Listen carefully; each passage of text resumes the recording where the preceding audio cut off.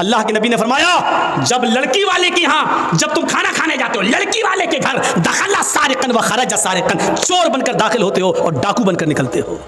कौन सी हदीस है जो तुम्हें लड़की वाले के घर खाने की इजाज़त देती है, बताओ तो?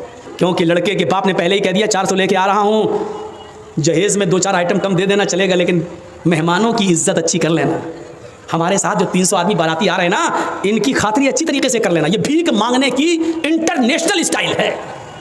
आइटम 1-2 कम कर लेना जहेज़ में चलेगा, लेकिन 250-300 आदमी जो लेके आ रहे हैं ना, इनकी खातिरी ज़रा अच्छी कर लेना। ये अच्छी कर देने का मतलब समझ रहे हैं आप? मतलब बड़े का आइटम नहीं, सब मटन रहना चाहिए, चिकन भी पोल्ट्री वाला नहीं, देशी रहना चाहिए।